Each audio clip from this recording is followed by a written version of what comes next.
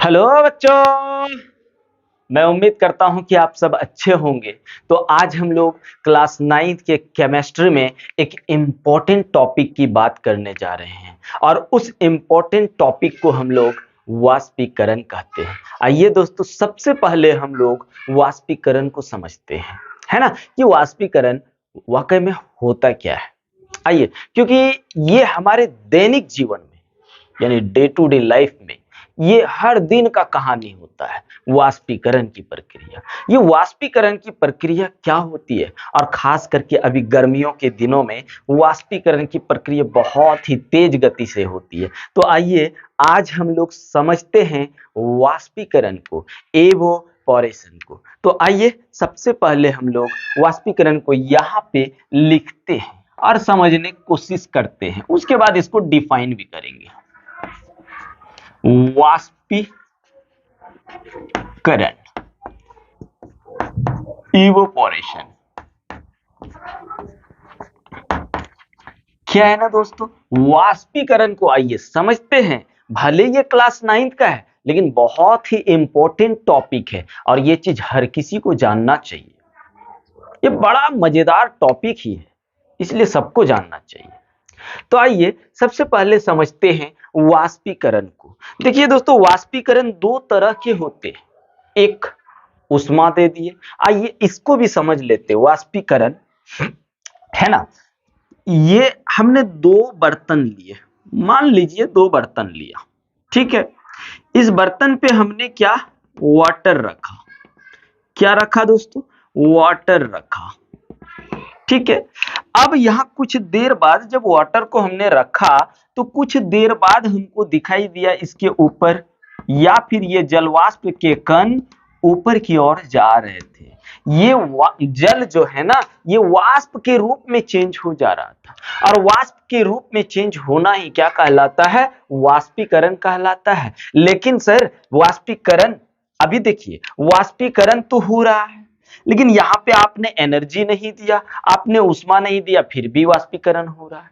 यही चीज तो मेन चीज है कि वाष्पीकरण, हमने पहले ही बोला कि वाष्पीकरण दो तरह से होते हैं, है ना। वाष्पीकरण दो तरह से होते हैं। आइए और एक बर्तन को बनाते हैं, ठीक है। यहां भी हमने पानी रखा, बहुत सारा पानी है, और पानी में अब हमने क्या किया, यहां पे हमने उष्मा दे दिया।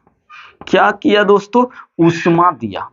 उसमें तो उष्मा दिया नहीं था, लेकिन यहां पे हमने उष्मा दिया। जब उष्मा दिया इसमें, तो इसके कण देखिए एकदम पूरा धड़धड़ाले, एकदम स्पीड से, बहुत ही गति से यहाँ पे उबलना शुरू हो गया, और बहुत स्पीड गति से वाष्प निकलना शुरू हो गया।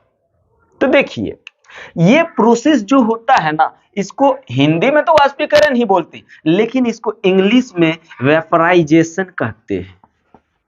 वेपराइजेशन, याद रखना, वेपराइजेशन कहते हैं। यानी ये वाष्पीकरण की बात हम नहीं कर रहे हैं। ये वाष्पीकरण तो हम लोग खाना वाना जब बनाते तो ये वाष्पीकरण तो होता है, लेकिन डे टू डे लाइफ हम खाना नहीं बना रहे हैं, तो क्या वाष्पीकरण नहीं होता, होता है। लेकिन कौन सा वाष्पीकरण, इस वाष्पीकरण के बारे में हम लोग समझ रहे हैं, ये वाष्पीकरण, और इसको हम लोग बोलते हैं एवोपोरेशन। एवोपोरेशन, आइए एवोपोरेशन के बारे में समझते हैं। आप देखे होंगे, जैसे आपने कपड़ा खींचा, कपड़ा खींचने के बाद हम लोग क्या करते, कपड़े को सूखने दे देते हैं। क्या करते हैं दोस्तों, कपड़े को सूखने दे देते हैं, ठीक ना, कपड़े को सूखने दे देते हैं। और कपड़े को जब सूखने देते हैं तो कपड़ा से पानी गायब हो जाता है। हम तो उसको पकड़ के चल भाई तू यहां से निकल, ऐसा तो हम नहीं करते, लेकिन हम देखते कुछ देर बाद कपड़े से क्या होता है, कपड़े से आपका पानी खत्म हो जाता है। हम यहाँ पे तो हमने इस तरह से उष्मा तो नहीं दिया था, लेकिन फिर भी यहां से पानी वाष्प बन के उड़ जाता है ना, वाष्प बन के उड़ जाता है। अब ये वाष्प बन के जब उड़ता है दोस्तों, तो यहां से तो चलिए वाष्प के रूप में ये क्या हुआ, उड़ना शुरू हो गया, वाष्प के रूप में उड़ गया। जब ये वाष्प के रूप में उड़ता है तो इसके साथ में और एक चीज जाता है जिसको हम लोग बोलते हैं उष्मा। अब बोलोगे ऐसा आप क्यों बोले सर, उष्मा इसके साथ कैसे जाएगा? एनर्जी चला जाता है। जैसे गर्मियों के दिनों में मान लीजिए बिजली चला गया, आपके घर में इन्वर्टर नहीं है, जैसे मेरे घर में भी नहीं है ना, तो इन्वर्टर नहीं है। अब आपके शरीर में बहुत सारा पसीना आ गया, बहुत सारा पसीना आ गया। पसीना आने के बाद उधर से आप देखेंगे हाँ लाइन आ गया रे भाई, बिजली तो आ गया, चलो पंखा चालू करो। पंखा चालू करते बहुत आराम, इतना ठंड महसूस होता है ना। तो ये याद रखना, ये हमारे शरीर की ऊर्जा को भी, हमारे शरीर की उष्मा को भी ये क्या करता है, साथ में ले जाता है। कौन? जल के कण, और साथ साथ में उष्मा भी चला जाता है, जिसके कारण यहाँ पे ठंडा महसूस होता है। आप लोग देखे होंगे कुकुर, समझते हो कुकुर? कुत्ते क्या होता है ना, कुत्ता जो होता है ना, जीभ को ऐसे लटकाया रहता है, ऐसे करके जीभ को निकाले हुए रहता है। ऐसा क्यों करता है? देखिए उसका मुंह जो है ना, वो जब ऐसे करके जीभ को निकाल के रखता है तो वहां पे वाष्पीकरण की प्रक्रिया होती है। क्या होती है? वाष्पीकरण की प्रक्रिया होती है। और वाष्पीकरण की प्रक्रिया होती है तो उसका जल तो जाता ही है वाष्प बन के, साथ साथ में उसके साथ वो उष्मा चला जाता है। उष्मा मतलब गर्मी की बात कर रहे हैं, उष्मा चला जाता है। उष्मा समझते हो ना, हम लोग उष्मा ना बोलते जी, ये आग से बड़ी ज्यादा गर्मी आता है, वो एक तरह का उष्मा है। धूप जब पड़ता है तो उष्मा, अरे बाप रे बहुत ज्यादा गर्म बुझा रहा है, तो क्या है, वो एक उष्मा है, एक एनर्जी है, और वही एनर्जी उष्मा के रूप में काम कर रहा है ना। तो क्या होता है, जैसे ही ये वाष्प यानी जल के कण वाष्प में, जल के वाष्प किसको बोलेंगे? वाष्प हम लोग बोलेंगे जल के कण, जल के कण प्लस उष्मा, ये दोनों जब चला जाता है तो वहां पे ठंडा महसूस होता है। जैसे आप देखिए, ये मान लीजिए ये मेरा एक तालाब है। क्या है दोस्तों? एक तालाब है। यहां से क्या हो रहा है? वाष्पीकरण हो रहा है। क्या हो रहा है? वाष्पीकरण। वाष्पीकरण का मतलब क्या होता है? वाष्प में यानी जल के वाष्प में परिवर्तित हो जाना वाष्पीकरण कहलाता है। तो यहां से जब ये जल जाता है, ये वाष्प जाता है ना, तो इसका मतलब ये पानी जो होता है ना, पानी के साथ में जल तो जाएगा ही। जल नहीं जाएगा तो कपड़वा वाला कहानियां नहीं बताए, जल धीरे धीरे गायब हो जाता है। तो वैसे ही जल की तो कमी होगी, साथ साथ में किसकी कमी होगी? उष्मा की कमी होगी। साथ साथ में किसकी कमी होगी दोस्तों? उष्मा की कमी होगी। इसी को हम लोग क्या बोलते हैं? वाष्पीकरण। याद रखना, ये वाष्पीकरण की प्रक्रिया की बात नहीं कर रहे हैं हम, ये तो हम लोग जब उष्मा देते हैं तब उसकी बात, इसको क्वथनांक वाला वाष्पीकरण कहते हैं। लेकिन बिना उष्मा दिए ही जब वाष्पन होने लगे, जब वहां से वाष्प निकलना शुरू हो जाए तो उसको हम लोग क्या कहते हैं? वाष्पीकरण कहते हैं। आइए डेफिनेशन से और एक बार समझ लेते हैं। क्वथनांक से, क्वथनांक से कम तापमान पर द्रव का गैस में बदलना ही वाष्पीकरण कहलाता है। वाष्पीकरण कहलाता है, वाष्पीकरण कहलाता है ना। वाष्पीकरण देखिए, क्वथनांक से कम, क्वथनांक कब? क्वथनांक मतलब उबलना, उष्मा देंगे तब उबलेगा। और जैसे देखिए बादल का बनना, पानी तो नीचे से ही जाता है, तब जाके वो वहां पे वाष्प के कण वायु की सहायता से वायु की सहायता से ऊपर चला जाता है और वहां पे कंडेंसेशन का प्रक्रिया होता है ना। उसके बाद बादल का निर्माण होता है। तो ऐसे ही क्या होता है दोस्तों, यहाँ पे देखिए कपड़ा वगैरह हम लोग सुखाते हैं, या फिर आपको चाय दिया जाता है, मान लीजिए थोड़ा सा कप में दे दिया चाय, वो धीरे धीरे करके ठंडा होता है। ठंडा क्यों होता है यार? वही ना बोले, जब वो ठंडा होता है ना, तो ठंडा होने का मतलब क्या है? उससे जल के रूप में वाष्पन होता है। क्या होता है? वाष्पन। और वाष्पन वाष्पीकरण होता है ना, वाष्पन को ही वाष्पीकरण कहते हैं। तो यानी वाष्पन हो रहा है तो जल के कण जाएंगे और साथ साथ में उष्मा जाएंगे। उष्मा जब चला जाएगा तो ठंडा नहीं रहेगा, बोलिए, ठंडा हो ही ना जाएगा। तो अब हम लोग बात करते हैं वाष्पीकरण को प्रभावित करने वाले कारक। वाष्पीकरण को प्रभावित करने वाले कारक, वाष्पीकरण को प्रभावित करने वाले कारक, है ना।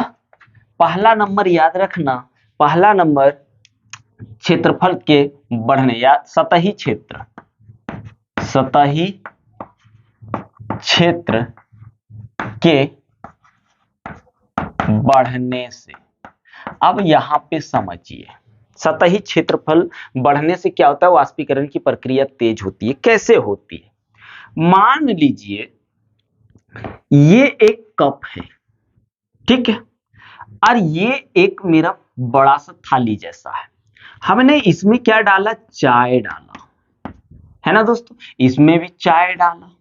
तो वाष्पीकरण देखिए, इसमें क्या होगा? वाष्पीकरण की प्रक्रिया तेज होगी, क्योंकि वाष्पीकरण जो है ना एक सतही प्रक्रिया होती है। तो यहाँ पे जितना ज्यादा इसका क्षेत्र भरा होगा, याद रखना, वाष्पीकरण की प्रक्रिया उतना ज्यादा तेज होगी। और ज्यादा वाष्पीकरण होगा तो उष्मा भी ज्यादा जल्दी से निकल जाएगा, जिसके कारण चाय ठंडा हो जाएगा और इसमें ये प्रोसेस थोड़ा धीरे धीरे होगा। दूसरी बात याद रखना दोस्तों, दूसरी बात, तापमान में वृद्धि, तापमान में वृद्धि। अब तापमान में वृद्धि होगा तो वाष्पीकरण की प्रक्रिया तेज होगी, और वाष्पीकरण की प्रक्रिया तेज होगी, है ना, तो क्या वाष्पीकरण की प्रक्रिया तेज होगी। तो अब यहां बात यह है कि सर इसमें ले एग्जाम्पल नहीं, इस तापमान जब वृद्धि होगा तो कपड़े वाला एग्जाम्पल लेते। मान लीजिए ये एक शर्ट है, ठीक है ना, शर्ट को जब हम सूखने देंगे, ठीक है, शर्ट को जब सूखने देंगे खींच करके, तो जैसे ही टेम्परेचर बढ़ेगा वाष्पीकरण की प्रक्रिया तेज हो जाएगी। और वाष्पीकरण की प्रक्रिया तेज हो जाना मतलब जल के कण का जल्दी से वहां से भाग जाना, जिसके कारण कपड़े क्या हो जाते हैं? सूख जाते हैं। तीसरी बात याद रखना मेरे भाई, आर्द्रता में कमी, आर्द्रता में कमी, आर्द्रता में कमी। अब सर आर्द्रता क्या होता है? तो आर्द्रता को आइए समझ लेते हैं। आर्द्रता यानी वायु जो होता है ना, हवा के, है ना, हवा में उपस्थित जल वाष्प की मात्रा को हम लोग क्या कहते हैं?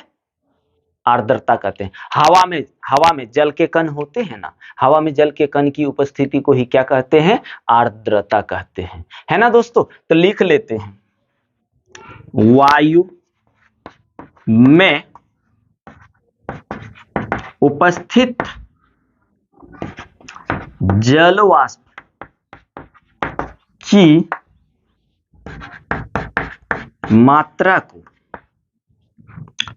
आर्द्रता कहते हैं, आर्द्रता कहते हैं। तो याद रखना, अगर मान लीजिए कुहासा है, कुहासा तो सब कुछ समझते हो, यानी वहां पे हवा में बहुत ही अधिक मात्रा में जल की कण होती है और गैस के कण होते हैं। तो जल की कण जब होगी तो कपड़ा सूखने देंगे, कपड़ा में तो ऐसा ही पानी होता है और उधर से हवा के साथ भी पानी आएगा, तो भाई वो वाष्पीकरण की प्रक्रिया वहां हो पाएगी? नहीं हो पाएगी। तो वाष्पीकरण की प्रक्रिया होने का अगर होगा तो उस आर्द्रता में क्या होनी चाहिए? आर्द्रता में कमी होनी चाहिए। यानी जल वाष्प की मात्रा कम होगी तो वाष्पीकरण की प्रक्रिया तेज होगी, और वाष्पीकरण की प्रक्रिया तेज होगी तो आपका कपड़ा जल्दी से सूखेगा। और तीसरी बात दोस्तों, चौथी बात दोस्तों, वायु की गति में वृद्धि, वायु की गति में वृद्धि। अगर वायु की गति में वृद्धि होगा, वायु की, जैसे अब कपड़ा का ही एग्जांपल ले रहे हैं, कपड़े को सूखने दिए, ज्यादा हवा चलेगा तो कपड़ा जल्दी सूखेगा। इसका कारण क्या है? इसका कारण है दोस्तों, ये जल के कण जो होते हैं ना, जब वाष्पीकृत होना शुरू होता है तो जल के कण वहां पे क्या, जल के कण निकलना शुरू होता है, तो हवा क्या करता है, उन जल के कणों को जल्दी से ले जाता है, जिसके कारण कपड़े सूख जाते हैं। तो यहाँ पे हम लोगों ने वाष्पीकरण को समझ लिया दोस्तों। अब इसके आगे करते हैं, चलिए इसका स्क्रीनशॉट ले लीजिए।